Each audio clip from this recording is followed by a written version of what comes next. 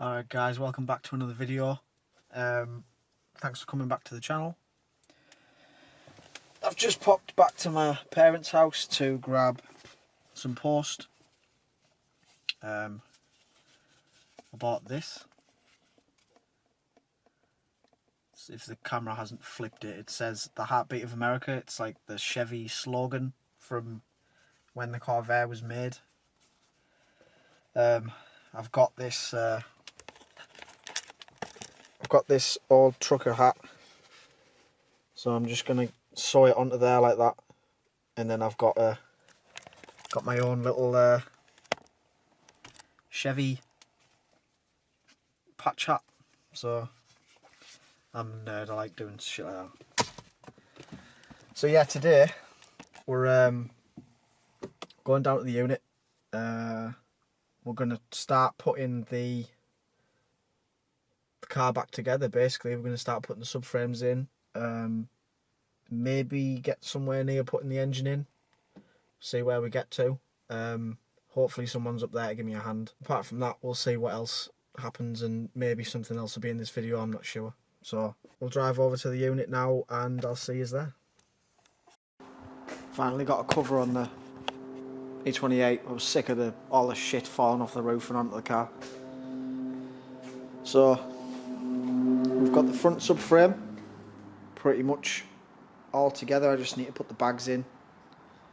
The back subframe is here, and that's all pretty much together now. The bags are actually in that, but obviously it's quite a big piece, so I'll need a hand getting that in the back of the car. So yeah, we'll see when Elliot turns up and go from there. Hopefully we'll make some good progress today. So I don't think in the last video I videoed anything to do with the fuel system, because I've got that all basically where it needs to be now. If you remember, I was going to move the fuel tank was meant to live in this area, in that cavity. But I thought, because it's going to be on air ride, I thought I'll move the tank up into the trunk, so like the front of the car. So it required moving the fuel line. So as you can see, I bought some new fuel lines. I rerouted. Usually this hard line came out here, and then you ran a line under this, and then out, or sorry, through that, and then up into the tank. But I thought, to keep the fuel line well out of the way of the floor, I've drilled this hole through here. So this is all, there's guards that cover all this channel. So drilled the hole, ran that hard line through here, connected it to the soft line, and then ran the soft line into the trunk. And the fuel tank's in the front with the filter. So it wasn't really worth documenting, but just so you're up to speed with where we're at with the fuel system, that's all plumbed, and all I've got to do is secure the tank to the bottom of the boot. So yeah, that's ready to go. Airlines and management and stuff like that, I'm looking for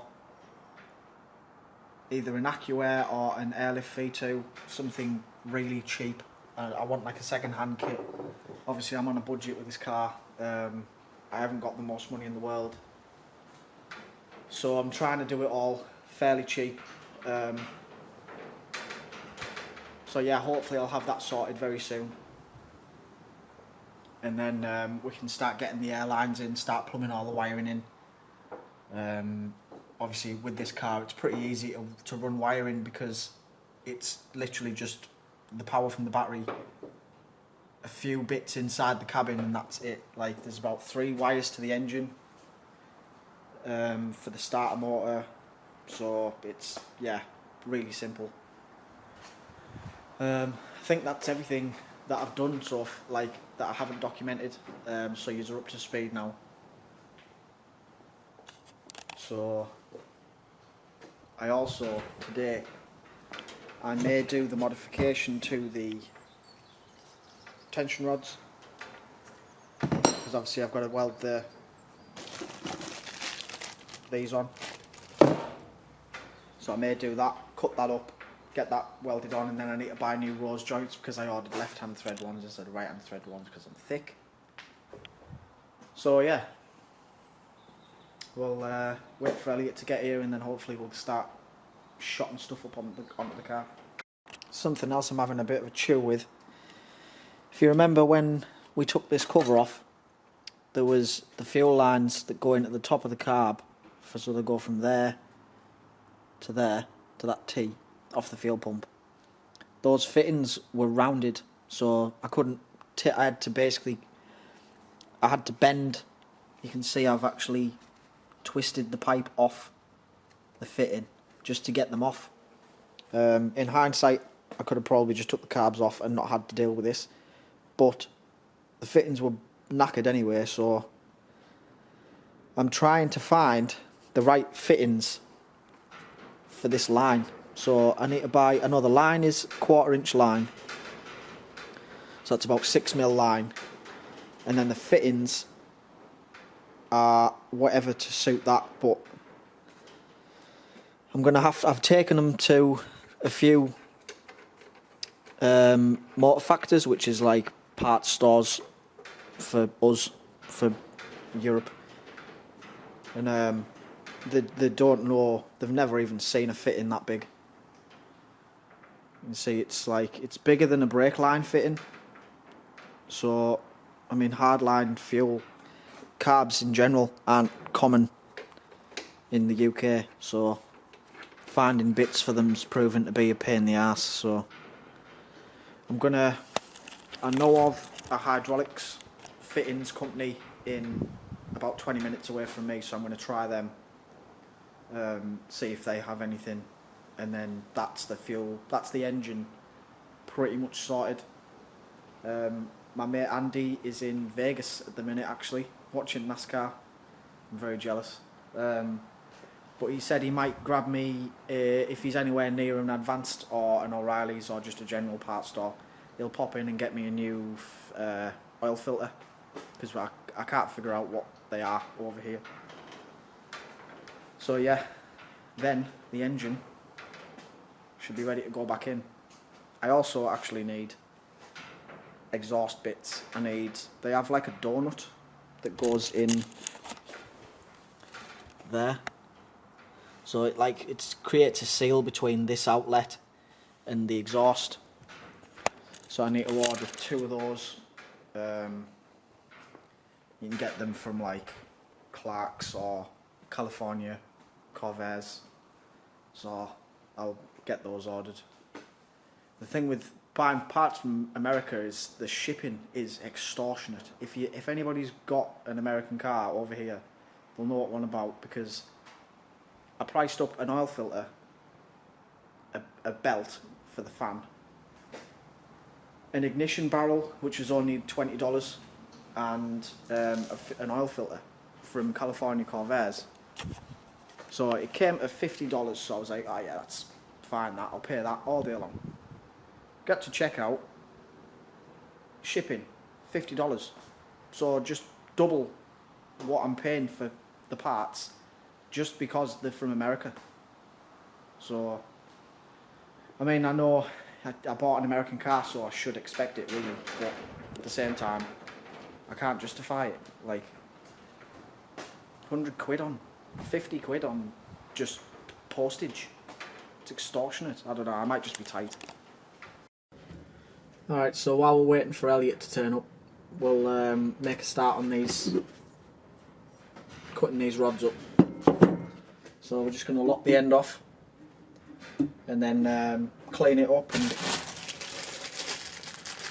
weld this little boy on. It's been a while since I've done any welding or fabrication, so quite looking forward to it.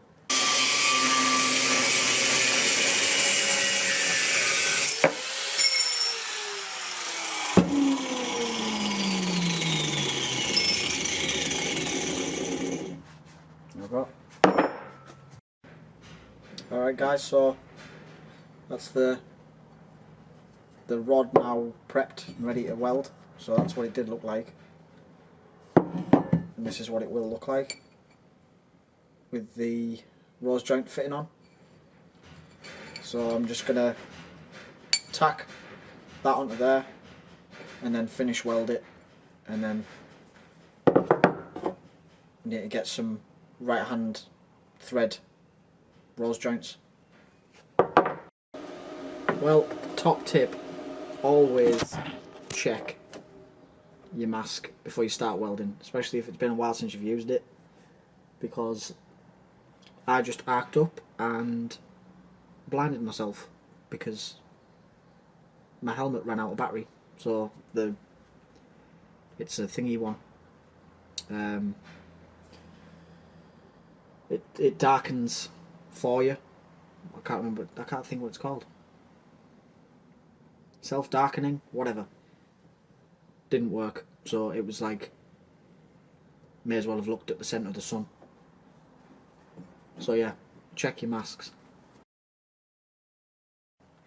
Alright, I've been and bought a battery for my mask, so we should be good to go now. So we'll get these two tacked up and then welded up, and then start on the second one.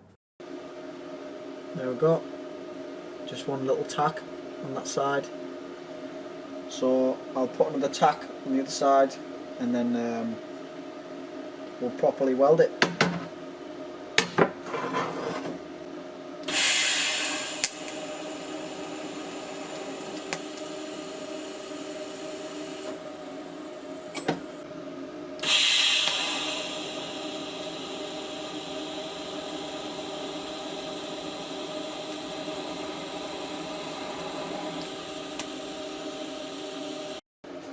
There you have it.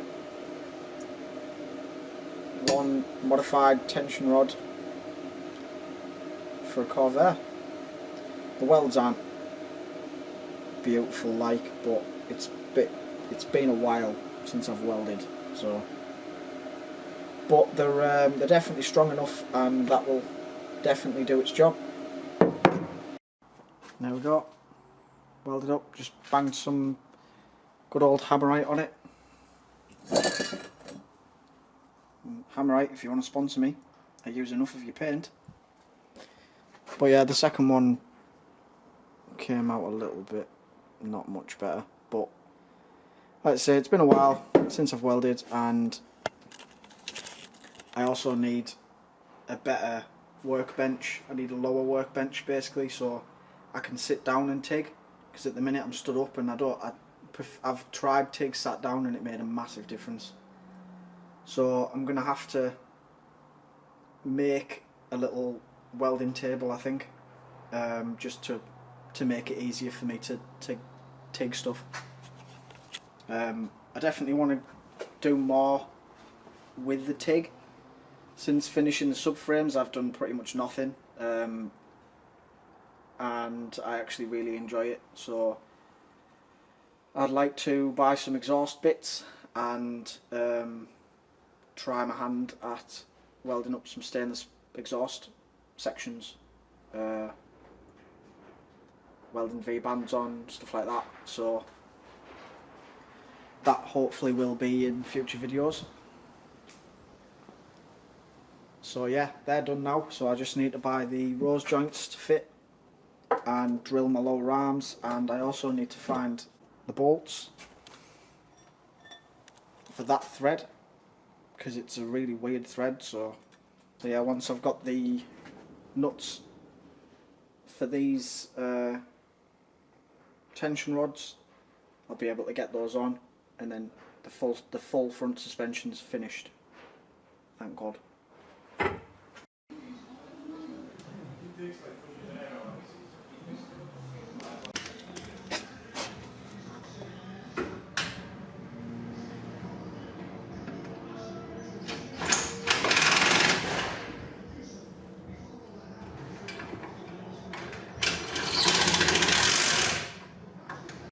So that's the front subframe in. I've started putting on the lower arms. So to get it in, I had to take this off. The bag wouldn't fit with that on. So now it's in the car, I can pry it into position, so that's on. We've got the brand new trackwood ends on that Corey sent me. So yeah, we're just got to get this side, the bottom half of this side on. And then that tension rod that I've made goes from here to, it'll mount under there. That's where the stock locations for the bolts are. But obviously we're not using them, so we'll probably put it somewhere around there. So yeah, the front end's pretty much together for the last time, I hope. And there it is. Got both lower control arms in. New tie rods hooked up. I may, after the fact, I might have to mount a damper to this. But if I do, I'll just get like a mini, like a British Mini damper, and I'll basically mount it here and put an eyelet on there and then have it next to the bag, sort of thing. As long as that'll work with the steering and whatnot. But because the bag is actually bolted to the bottom arm, it's not a worry of the spring, it's not a worry of the bag falling out. It's more for ride quality. It might not ride very nice with it not having much weight in the front. So yeah, we'll see what it's like when it's on the road, but for now I'm happy that all the front ends back together. So I need the lines, need all the air ride stuff, and then that'll be done. Alright guys, so it's the next day. I didn't film it, but me and Elliot have been down here for a few hours and thrashed on the Corvair, and we've got the rear subframe in and the engine nearly in. And if you can see, yeah, I don't know if you can see in there, it's a bit dark, but basically the engine is somewhere near. Obviously it's a lot of finessing and moving, and I've literally got the engine sat on 2 tyres and an axle stand to keep it level. So it's not the easiest thing to get in with the equipment that we have, but we'll make it work. I've had to drop the drive shafts out just to make it easier to get past the spindles, whatever you want to call them. Just to make it easier to get past those. So yeah, hopefully when Elliot's just popped out to do a job, when he gets back, hopefully we'll get this buttoned up and we'll actually have the engine back in the car, which is exciting. So, what a chew that was. So the engine's in. Massive thank you to Elliot for basically really being key in getting it back in. Like I say, it was a bit of a task. Obviously having never put any engine this big in a car, obviously with it being in the back as well and it being like a really weird setup, it was just difficult. So, but it's in, we got it in. There you go, look, one Corvair engine installed. We put those, by the way, those drive shafts are a bastard to get back on. What a chew. So yeah, if I can avoid it, I'm never ever taking this engine out again. We had a slight hiccup with the